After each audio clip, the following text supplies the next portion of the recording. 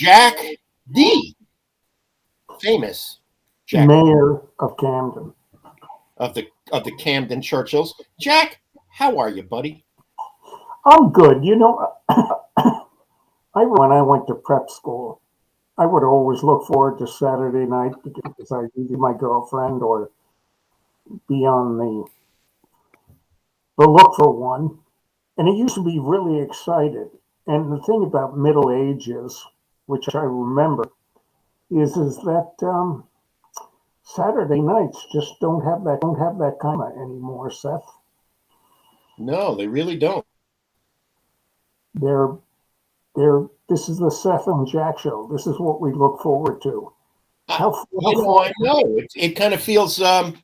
It kind of feels like like what middle-aged guys do. With their free time, it's like every night. But maybe that's COVID. I mean, is it COVID that's turned every night into a weekend night? in a way, except when you're retired, case every night is a weekend night, COVID or not. I think the Great Resignation has made everybody kind of quasi-retired, don't you? Yeah, but it's a worrisome kind of retirement. Well, sure, because you get to watch the world end as you're contemplating how much. I mean, that's the negative side. On the bright side, look at how much more money you have to spend that you budgeted for all those years that you won't be on the planet. Yeah, there's something when you've been successful in that arena that when you're turned into glass, it's sort of Kind of and takes the wind out of your sails, doesn't it, Jack? To think that it this really fucking does. asshole is, to think that this fucking asshole is going to ruin all of our plans.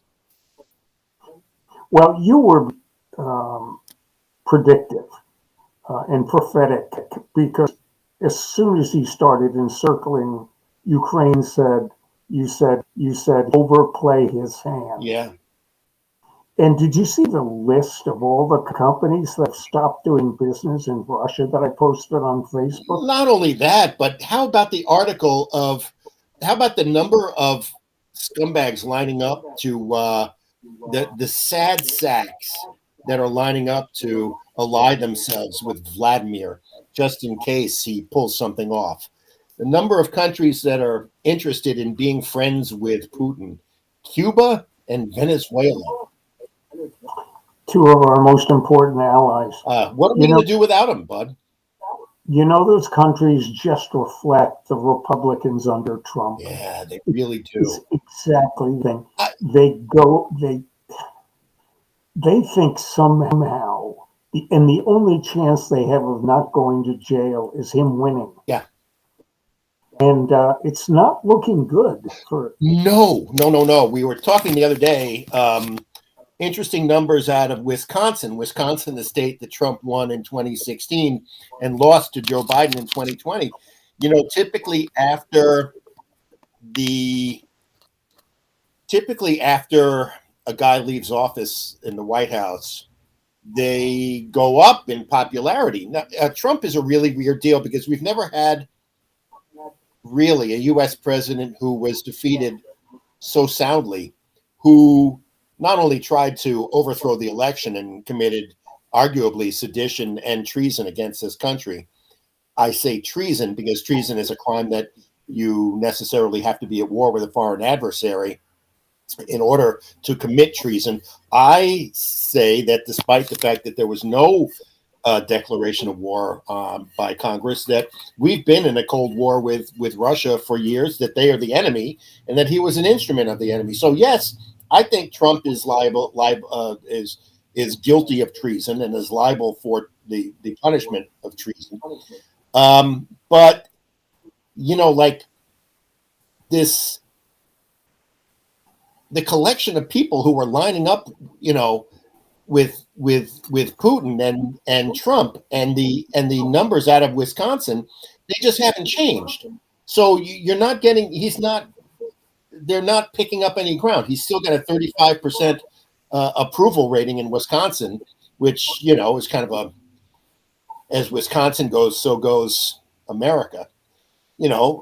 35% approval rating in Wisconsin here a year after he's left office, and 56% disapproval rate. So that's the one set of numbers which I found really surprising about Trump, although Trump has never been, and you and I have talked about how Trump simply did not expand his base, and that's political suicide in America or any country. When you analyze this, Seth, you have to keep in mind you don't take every presidency, but you should take every term presidency. Every one-term presidency. Right. Because if you're one-term president, it does a certain loss. Right, but he hasn't. I mean, we don't have any one-term presidents that said, "Well, I'm going to be running again." That's for sure. I'm gonna just start running again. I'm gonna enjoy that. Right. So here's a guy who doesn't have the common courtesy to go away. But I noticed recently, that Joe Biden has been enjoying 35% approval ratings this whole time. Lo and behold, Jackie boy, Joe Biden is currently sporting a 47% approval rating this week. The numbers have skyrocketed. Fascinating. Well, I think anyone with their wits about them is going to understand that it's really not a question of him ups and difficulty speaking. It's a question of how did he end his people, and that's end his people. How did they deal with Putin? And Fall says it's no short of brilliant the way they handle Putin. Yeah, absolutely. So it's getting to that point, my friend. It really is. It's getting to that point. It's getting to the point of, as we speak, there's some guys in Russia right now who are talking about what they're going to do with this guy, and it's not going to be pretty. It's not. And if you see some of the other things that I think what amazes me, and that's the reason that I published that came from a Swedish friend of mine, that list of corporations that have cut off contact with Russia. It's become so ubiquitous. Yeah. That it is just absolutely in the list. And then you see today that the Opera ousted Russian soprano Anna Norodoboko over her long support for Putin, and replaces her with a Ukrainian singer. You get and there are hundreds of these small incidents. The head of the theater in Moscow, Russian theater, quitting a couple of weeks ago.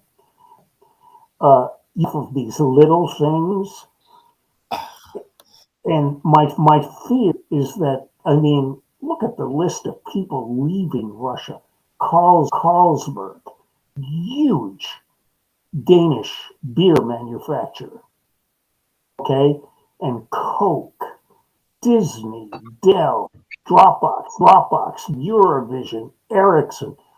People don't know this company, Ericsson. Well, how about the Phoenix Mercury WNBA women's basketball team? Are they going to stop doing business with Russia, Jack, now that Russia has recently said that they are detaining an American basketball player named Brittany Griner on drug charges? Well, they're always going to take a couple of hostages for negotiation purposes. Eric, let me tell you about it. Ericsson is an electronics company that you've never heard of in Sweden. It is close to Microsoft. Okay? Not only that, their phones are just south of Android phones. The strength of this company in the electronic, but they never advertise in the United States. They don't have to. No, they're like Siemens, yeah. Yeah, and you get companies like this that pull out. I mean, wow, HP import ban. Whoa. Do you know what the economy of Russia is going to look like next year? Oh, it's going to take years for them to untangle themselves. It is. It is. It is. Yeah, but the They're problem, going the problem is that now that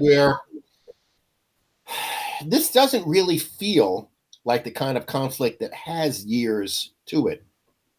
It feels like the kind of conflict that's going to come to a head sooner rather than later because of the technology, because of the fact that everybody and their brother is now witnessing the slaughter of Ukrainians on a daily basis.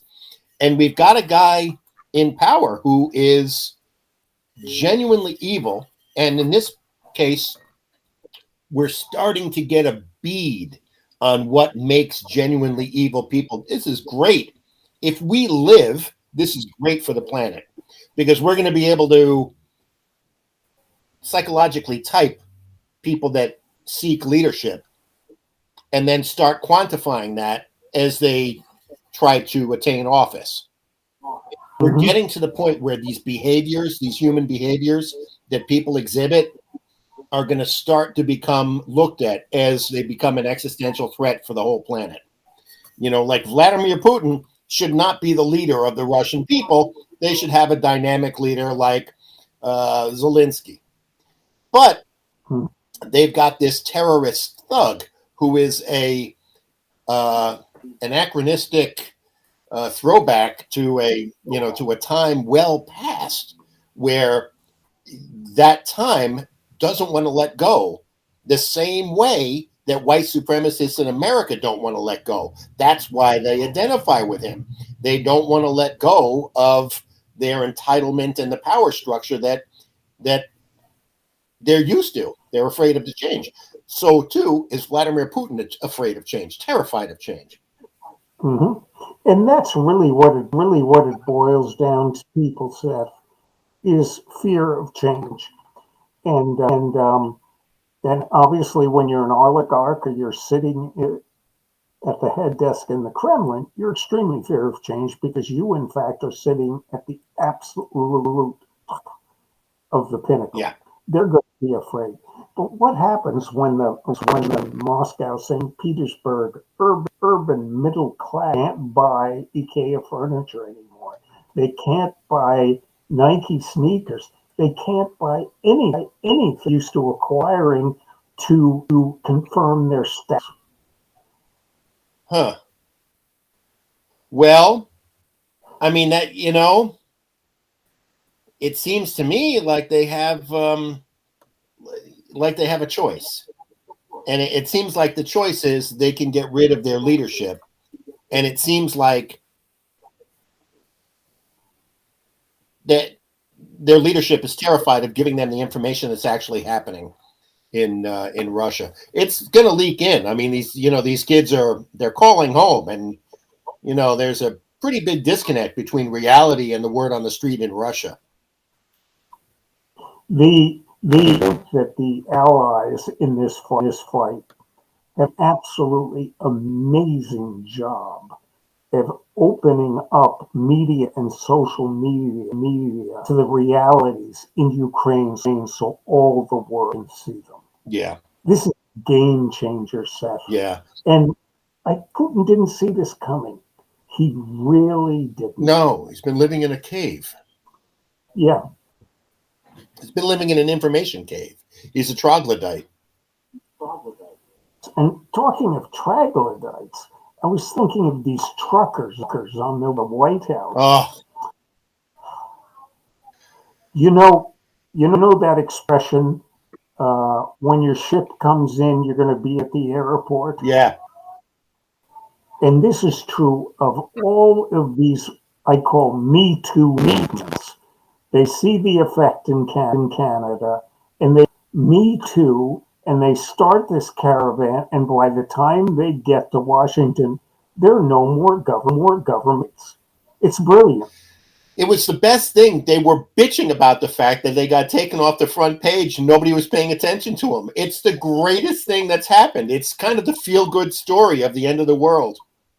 It really, if there are and there are few feel good stories at the end of the world. This is certainly one of them. I mean, it's funny because, they look on the bright side, comrade. You could live in Moscow where they've, blocked CNN, ABC, CBS, and the Washington Post and Facebook and all these other, you can't, you're not going to get any news on your phone. And all of a sudden, you're living in Moscow. All of a sudden, Facebook stops working, right? And everything is 5 times more expensive than it was, and you can't get anything.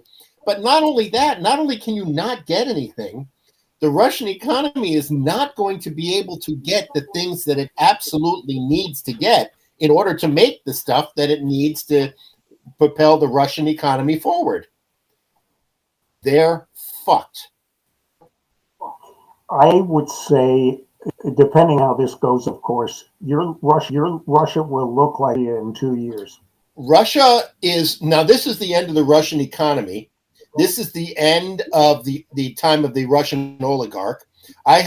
Jesse and I have a friend named Anne. She lives in London. She used to live in Moscow with her husband Nick. He was the head partner in a law firm in London that had offices in Moscow. And she lives in the part of London where all the private schools are and the embassies. And you can't go past one of these private schools now without the oligarch's bodyguards there for the kids. And they all have the Russian jailhouse tattoos. They're all huge. So they're all Russian oligarchs' bodyguards, mobsters, watching the kid as they leave school. That's going to stop. The oligarchs are rushing to get their yachts out of international waters. All their bank accounts are being frozen. And now I understand that we're going to start cutting off credit cards. The Visa and MasterCard system is not going to work in Russia. Mm-hmm. This is an all-out international assault on an answer. And we have never seen anything like this before, Seth. In some ways, it feels really great. In other ways, it feels terrifying.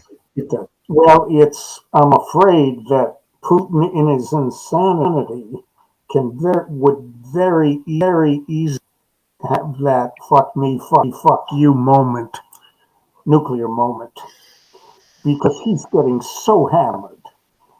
And it will continue, and it will just get worse. This is only the start, because some of these sanctions time, he's going to get so hammered, and you can't stop this overnight. It's not like you can, all of us, say the Magnitsky Act isn't enough anymore. This is something that's going to have a tail that's huge, and it's going to accelerate, and it's going to get worse. And it can only get worse. He must understand that this is the beginning for him. So, since 2016, since 2015, I remember you and I hanging out, Boynton McKay, eating our breakfast, talking about this. And for every event that was earth-shaking for us, we were able to predict how it would end. And has it taken 5 years? Sure. But like we said, Donald Trump will be criminally indicted for his crimes. Mm-hmm. Like I said, when he came down the stairs for his victory speech, right. If you go look at Trump's victory speech, you can see the look on his face, and he is not celebrating. He is calculating what's going to happen now that I am the president, and they're going to start looking at me differently. Mm-hmm. I have a feeling that is the position that Vladimir Putin found himself in, and that's what this is all about. I think there's one more step in this, and that's when the International Court in Brussels just that he is a what do you call it? Fucking war criminal. Yes. Yes, exactly. Well, it's game over for him in the international community. He's never Yes, coming back from this. but there's a war criminal status that has been held. Those who have been nominated, like the Darwin Awards, those that have been nominated. You talk about pros. War criminal, very big deal. Okay, it happened, I think, in Yugoslavia, um, and I think in Africa. Of course, Mugabe. Kim Jong Un, Yep. international war criminal. I'm not sure about that, but I think that's the case. He is joining a very select few. Hitler, obviously, um, and his staff. That's a select few. That is quite a historic distinction. It's not like Alexander the Great or Ivan the Terrible. War criminal is a different level of status, and he aspires to the former. What he's going to get is the latter. Yeah. Yeah. I worry what he's going to do. What do you think? Question for you is, because we don't hear anything about this because they want to provoke Russia. Yeah, that was my point that I was making, Jack. That was my point Can that I you? was making, that now, for the first time since I've known you, the first time that since you've known me, I don't know how this ends.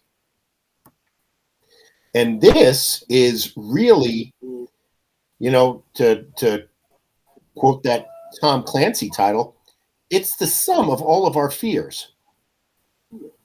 And to me, it feels a lot less ominous and threatening than I thought it would. I don't want to die. I don't want my kids to die. I don't want my wife to die. I want to lead my life. I'm going to close these deals. But you know what? We got to pop the Putin pimple. We got to do it. We have to move forward as a planet. And he's demonstrating that we can't move forward with him. So he's got to die. And there's not a goddamn fucking thing in the world that either you or I or anybody in this country other than the people in power can do about that.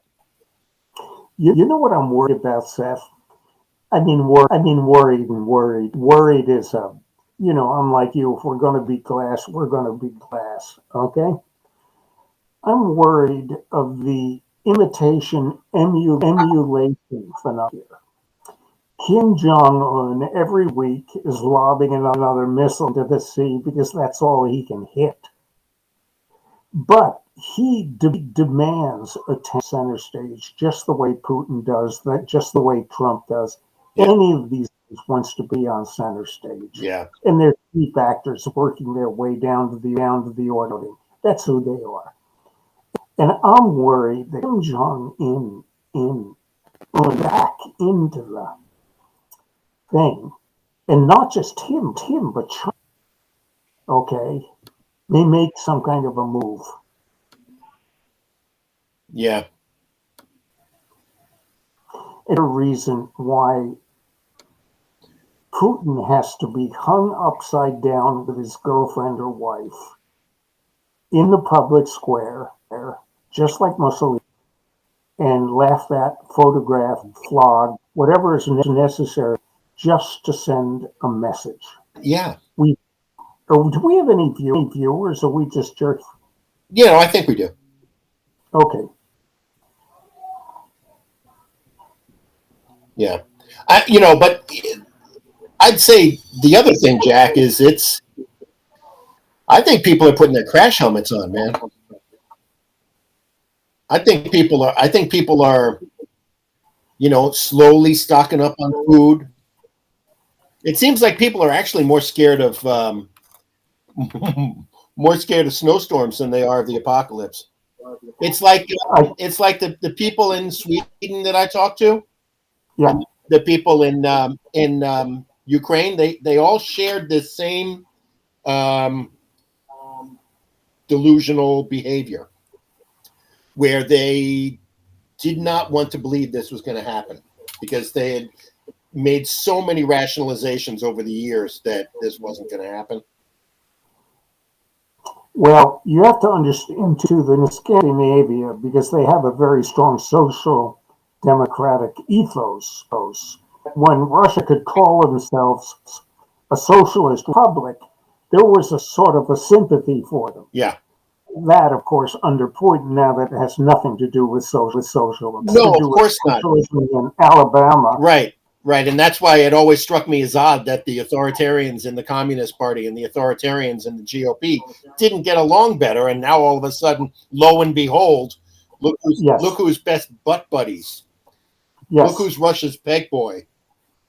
So can we say this as a general, that any system of government will at one point always end up being a kleptocracy? The interesting thing about our form of government, given recent events, it's pretty interesting. I mean, the checks and balances of democracy have really held up here against one of the most overt and disgraceful episodes in American history of political malfeasance. But if you think about, what's going on in Russia right now, think about how the power structure there is basically holding on by a thread because of nothing other than current events. I mean, it just goes to prove that democracy, the democracy that you were just talking about, is resilient, and autocracies are frail. And if you don't believe that autocracies are frail, look at Putin's behavior now and what he's threatening. So far this week, he has said today that the no-fly zone would be an act of war. Fuck you. I don't give a fuck what you think is an act of war, you little bald-headed fuck. That would be an act of war. What would also be an act of war?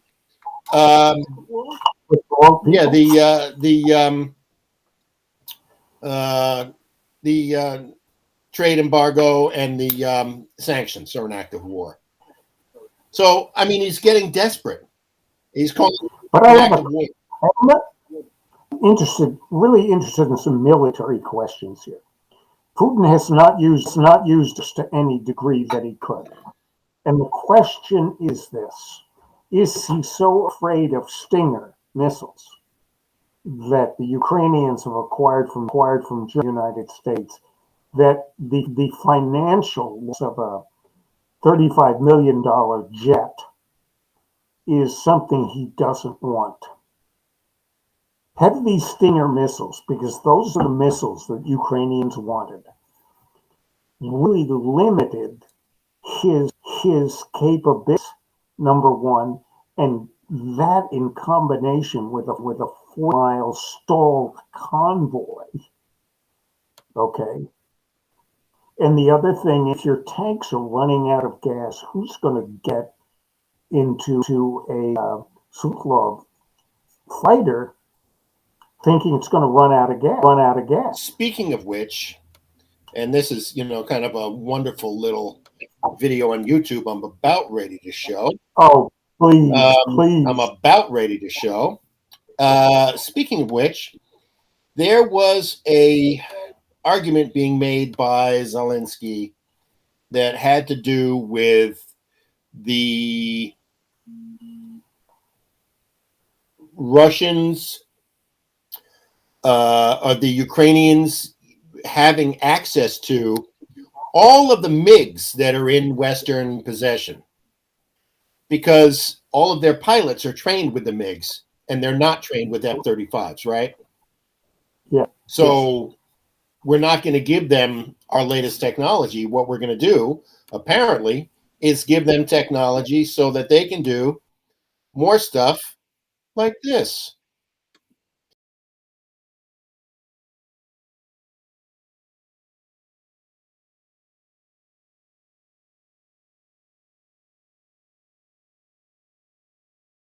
Well, I'm going to show you some pretty stark video now. It is a Russian helicopter being shot down by Ukrainian forces. The pictures showing a Russian Mi-24 helicopter being struck by a surface-to-air missile come from a Ukrainian government source. It is not clear where exactly in Ukraine the strike took place, but a Russian helicopter being shot down there by Ukrainian forces. Well, the Russian President Vladimir Putin says everything is going to plan in Ukraine and the Russian army will fulfill its aims as part of what he calls a special military operation. Mr. Putin was All right. That was according to plan, by the way, Sorry? Seth.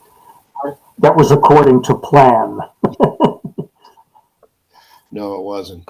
You know Boy, what? that'll ruin your day, huh, Jay? You know what's interesting about that plane is hit from about 1:30 on the clock.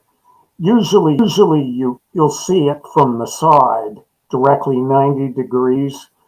So in fact, they would have lobbed a tree at that angle at the helicopter, and it would have done just as much damage. Yeah. And just the projectile itself would have taken that helicopter down. Yeah, there's no way that Putin escapes this unscathed. No, war criminal. That's what it's got to be. Now, war criminal, a destroyed economy, and a ruined military. Yes. That's what's going to happen. Look at what happened when the Soviet Union collapsed, because we can look back on that and say, interesting. Because when the Soviet Union collapsed, all of the weaponry, all of those things were sold by the oligarchs to make instant fortunes. Yeah. And so if Russia collapses again, once again, you're going to see people come in and sell every black market to Well, other people. I wouldn't mind some of those Russian rifles. They're pretty good. I've got one. It works. It's a little loud and heavy and clumsy, but it's right. That's to be expected. Yeah. Well, the ammo is shit. It depends where it comes from. Really? Yeah. I mean, who makes your ammo? Americans But make my ammo. Seth and I don't like to see people dying, but there is a kind of joy that a video like this represents. Jack, I've been thinking, you get to this age and it becomes really hard not to have some blood on your hands, I think we all do. Something interesting I wanted to share with you too, and you probably saw this because you're all over the news. West spend about $2 million on thousands of Airbnb holiday homes in Ukraine, even though they cannot get them in a bid to support. Yeah. Is that cool? It is cool. And another thing that's also cool along those lines. Oh, hang on one sec. Sure. You can still come on, sit down. We have visitors. Do you remember my friend Soren? Oh, hey, Soren, what's up? Hey, sir. Soren. How are you, man? I'm doing. How are you? Good, I'm doing good. Get a haircut, you dirty fucking hippie.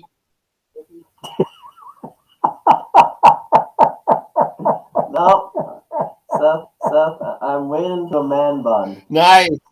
Don't do it. Don't do it. We're not doing the Sphaya remake of the Seven Samurai, my man. Don't worry about that. So we've been discussing Ukraine, obviously, with little shots.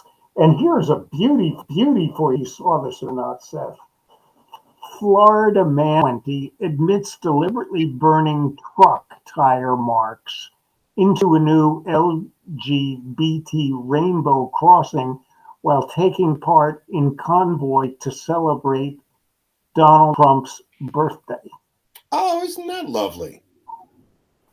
And of course, this guy looks just like you think he looks. It's like amazing. It's almost as if the people who embrace the authoritarian worldview, they're all one people, Jackie boy. They're all the same people. Rudy Giuliani and Donald Trump and this asshole with his fucking dually burning a tire mark in a rainbow, you know, because he's threatened, because he's got a little dick and he's a fucking closeted homo. That guy is the same as Vladimir Putin. And it feels to me, their actions in the public space and in the private space, by the way, it feels to me as if they feel like they have license to be assholes. They have a sense of righteous indignation and a digging in of their only people who feel that they are morally right act this way. Seth, you know, the homophobia quotient, okay, in this country and shared by Putin, obviously. He's incredibly homophobic. What is the big deal if people want to have sex with people their own sex? Will you let them do what they want to do? They're not hurting anybody. Why are you so fucking threatened by that? Well, now you know why. Yeah, no, I mean, but it comes from a place, man. It comes from a place. You know, it comes from the same intolerant place as racism, you know. The difference being, you know, we can project latent homosexuality on these people, but we can't project latent African Americanism on these people. They're not black. Mm-hmm. That doesn't make them hate black people. Mm-hmm. They could be gay, which is why they hate gay people. Self-loathing.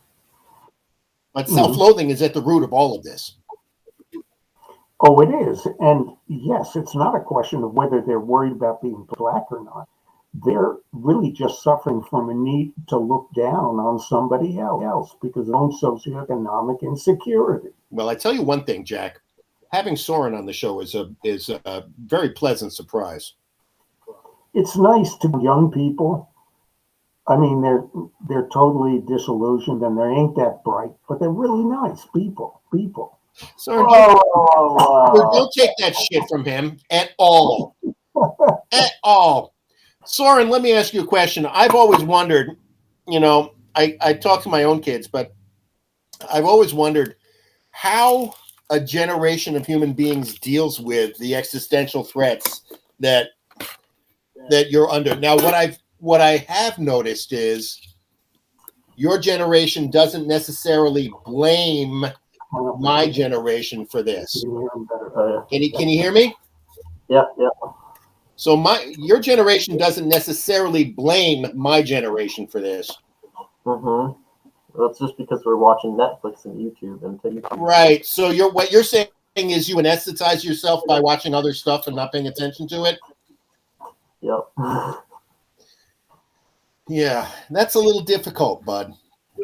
I mean, you know, to me, that's like, you know, I know my daughter Emma had plans to graduate college with the rest of her class, and COVID destroyed that.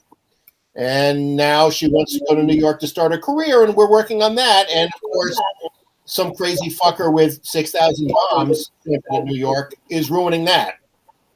So it's almost like we're setting up a generation of human beings to have an air of hopelessness. But I don't think that's what's happening. You know what? I felt like if I went to school and did all the stuff I was supposed to do, then I would have a future and a retirement and all that nice stuff. Mm-hmm. But we have royally fucked that guarantee up for your generation, and I just wanted to find out how pissed off you actually are.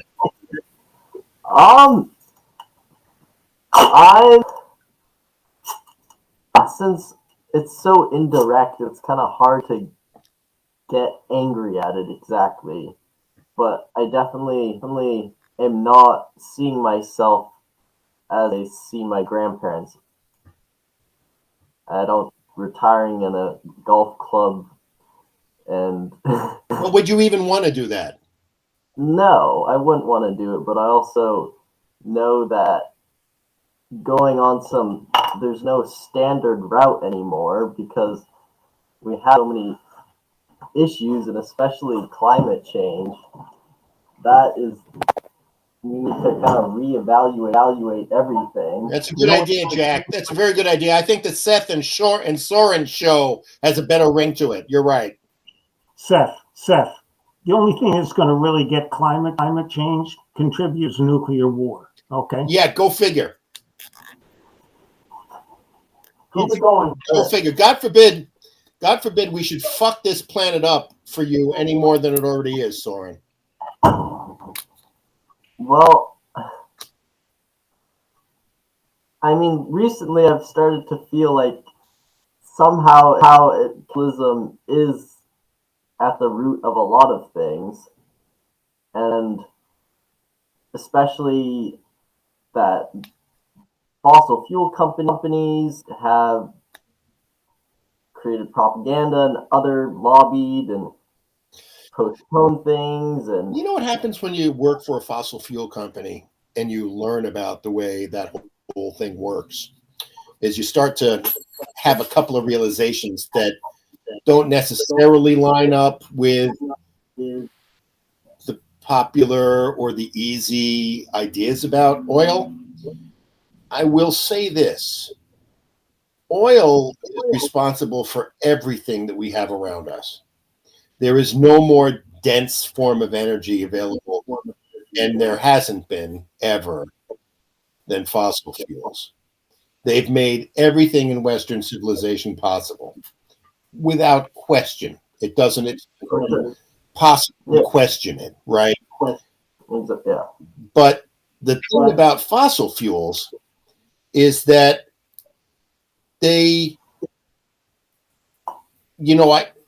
there are companies in the fossil fuel space that would just as soon not be in the fossil fuel space. They're in the energy space. So your heating oil company, Maritime, Penn Bay Oil, Down East Energy, Dead River. They don't really think of themselves as being in the heating oil and propane business as much as they do the indoor comfort business. And whichever way they can deliver indoor comfort and make a margin off of it, they'll do that. But that's what they do. They keep people warm, and that's what their perception is. That's why, Ford, GM, Chevy, Tesla, Rivian,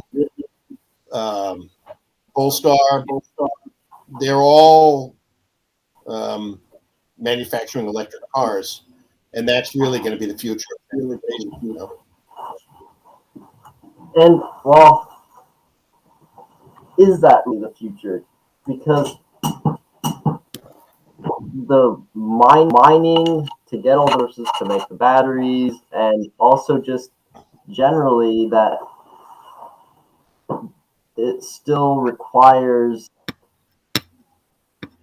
you have to then increase how much renewables, and then does that make it complicated? So the issue for the planet right now, the most urgent and pressing issue is thermonuclear war.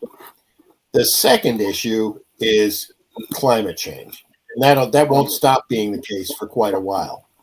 But the idea that they're not related is kind of like, I think the planet has decided that there's just too many of us here, and they're like, hey, we gotta thin the herd a little bit. We gotta get fewer people on the planet. Thermonuclear war, you think is that? Yeah. You don't like that idea?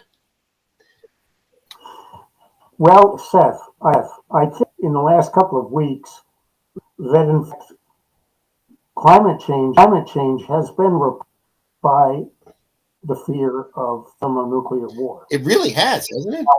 We don't know how long that's going to last. I feel like, Jack, do you feel like we're in a position where we have been exhausted by fear of our own death? Don't you think that there's a we've been faced with this existential threat of Trump, and then the existential threat of so many other things, that people are exhausted by threat, and like that's how we can sit here 450 miles away from the potential epicenter of a thermonuclear attack. You know, don't discount the fact that the world has been living for two years with COVID, the COVID threat. So this is not, you're getting a reaction that's very different than it would have been 2 or 3 years ago. I absolutely agree. And I don't know in what respect that really is. Maybe COVID was the best thing that could have ever happened to us.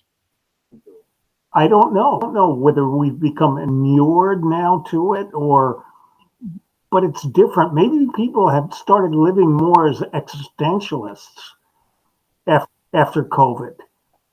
Maybe they accept the inevitability of death a lot more easily. I don't know. I haven't thought about it, Seth, but it's something that probably you should consider, that the world and their attitude towards death may have shifted a bit. Is that sort of like don't look up? Very much like don't. It's like, oh well, we'll just die basically. Very much. I guess, you know, it's kind of like how many different ways do you want me to freak out and get my brain to a place where all those chemicals are firing, you know, and my brain isn't programmed for having all those chemicals and synapses firing that frequently to that extent. And after a certain point, you become like you're living in a war zone. Like we're all feeling like we're living in an information war zone. And this war zone is like, and it's like, Soren, I was saying to Jack the other day, in June of 2021, the federal government of the United States basically told us that UFOs are for real. We forgot about it because there's so much shit going on. I never. You know, basically they were like, yeah, UFOs are for real. They're a thing. We can't explain them. Everybody basically forgot about it because the number of threats. That's how crazy these past 2 years have been. I would say that's how crazy these past 6 years have been. I have really aged. Donald Trump really aged me. He really did.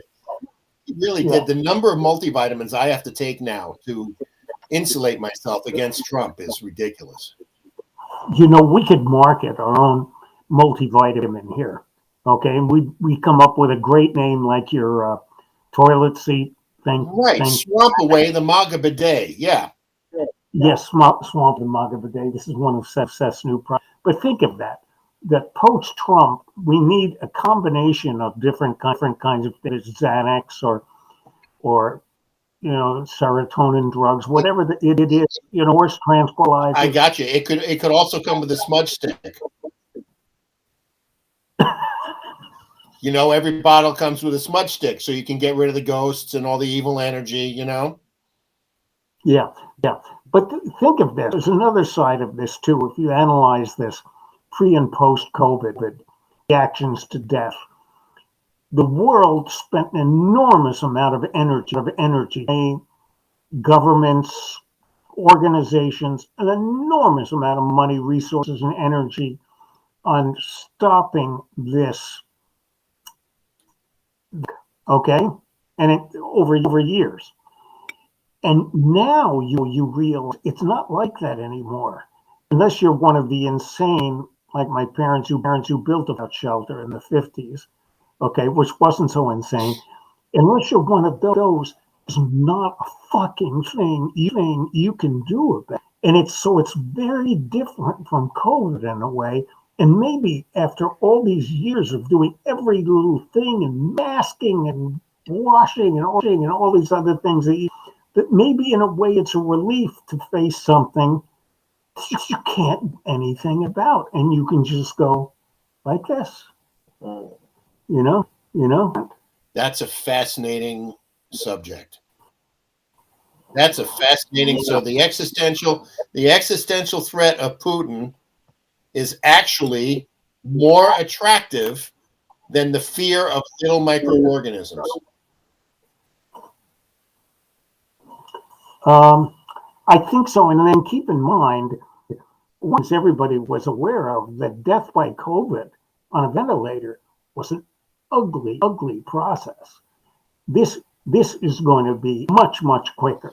It's like the boys in the helicopter, which literally didn't even have time to realize they were under attack. And one kind of breathing out moment that you can have with that, at least I don't have to suffer the social and medical and every other kind of difficulty, because it's going to be instantaneous. I agree. I'm kind of fascinated by this subject. The issue of why is it that the idea of nuclear annihilation has all of a sudden become acceptable? It's not, right? And to me, it's turned into a fury with Putin and a desire to see him lose. I'm more interested in seeing the bad guys lose than I am in actually living. I mean, it's up to that. Seth, we grew up with cowboy films. Bad guys always lost. Well, you grew up with silent films. Well, even whatever films you grew up with. Soren wasn't sure if I was fucking with you or serious. He was like, did he? I don't know. Did he? No, Soren, he didn't grow up in the 1920s.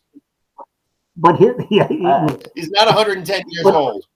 It doesn't matter what genre was, whether it was Flash Gordon or Hopalong Cowboy or The Lone Ranger or Star Wars or anything. The American way is that guy loses. There are no exceptions except when you want to make the next film. Well, and the next film. Okay. Well, we've had the experience of World War I and World War II, right? Yes. And the interesting thing that I've been thinking about, we were talking about Swampaway, the MAGA bidet. Dadaism, the art of the absurd. Absurdity didn't really make it into comedy until World War I. Right. And the issue of absurdity in comedy in World War I is an answer to the insanity of World War I. That's how we got the Dadaist movement. And that's interesting to me because to me, Swampaway is a Dadaist answer for the insanity that is Trump. I think it's valid to answer this existential threat with absurd observations. That's why I think this is, in many senses, the idea that all these social norms and mores are being evaporated is kind of attractive in a very, very sick but freeing way.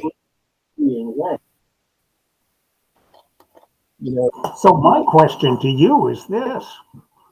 If the right had a real difficult time taking COVID serious, do you think they take nuclear war less serious?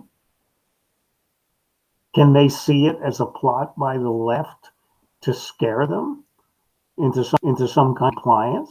I think the unity of the country against Putin, yes, is wonderful. Solidifies that it's and in many ways for people like Josh Hawley, Roger Stone, Steve Bannon, all of the scumbags that are not happy unless they're disrupting, the power structure. Well, in all of their attempts to disrupt the power structure, all they've done is reinforce it. And President Biden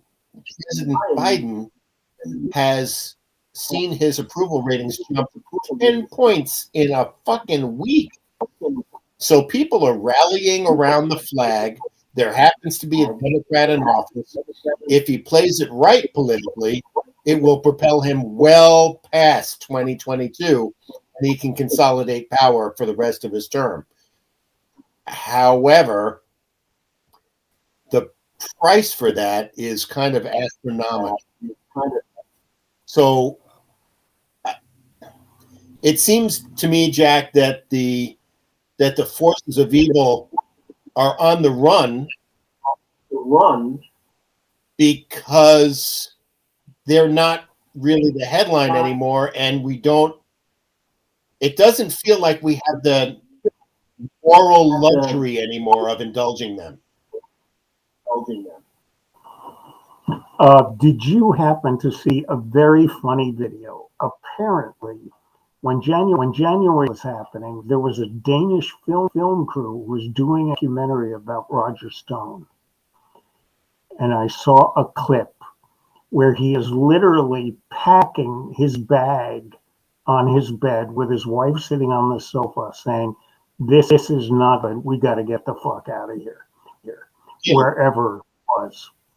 And it's a video clip. It's a documentary crew. They're filming him.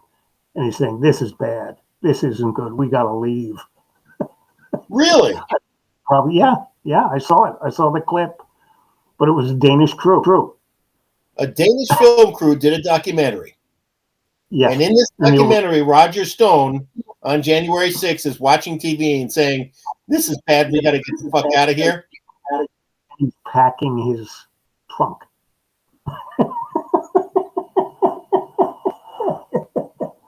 Wow. Really? Yes. I know what's going to happen. I think we're all going to die in a nuclear attack. And the reason that I say that is because I know that God is going to deprive me of the joy of the 2022 political commercial season.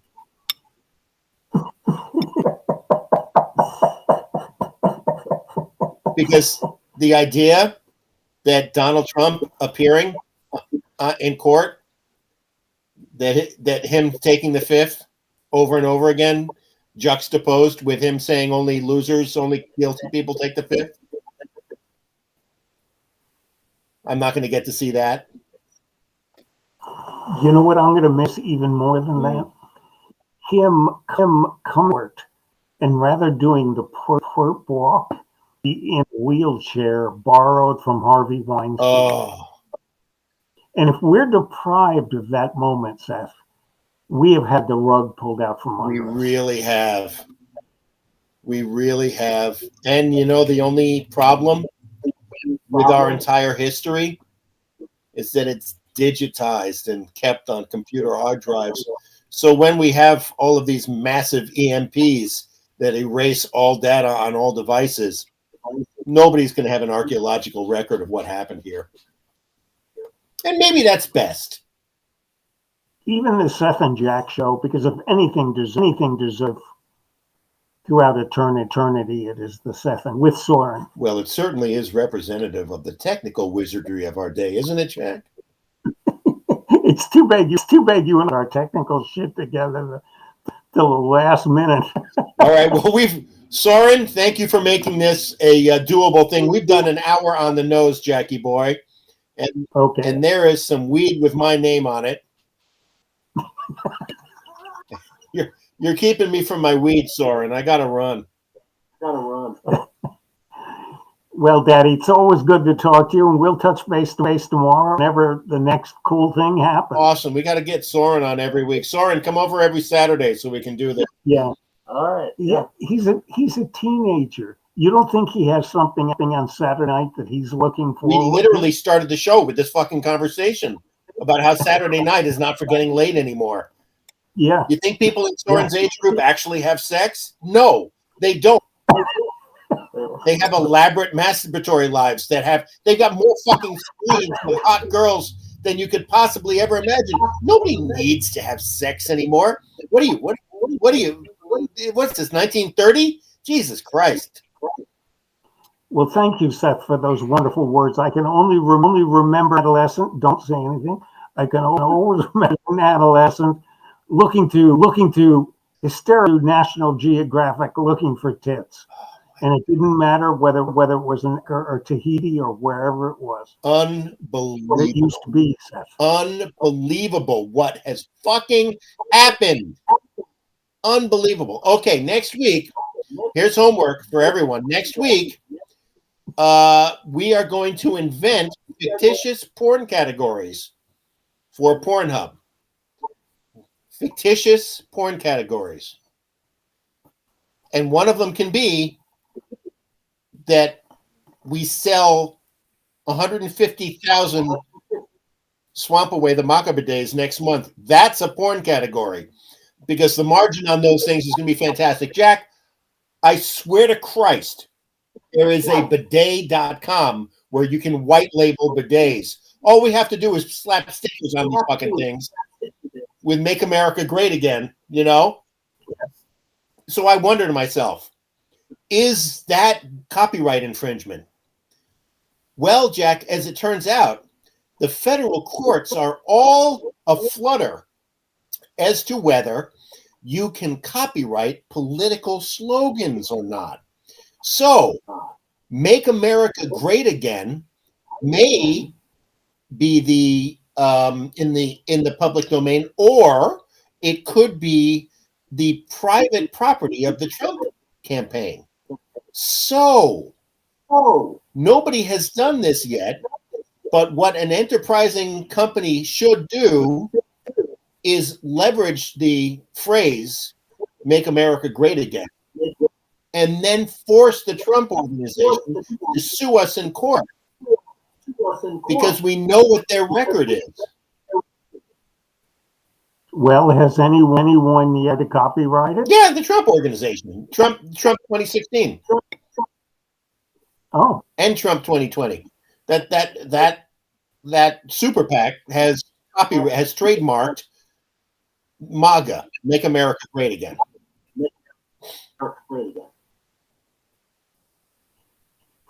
And as you know, the only way to make America great again is to spray the private parts of Lauren Boebert and Marjorie Taylor Greene, because those swamps need to be drained. Okay, kids. See you later, Bye-bye. bud.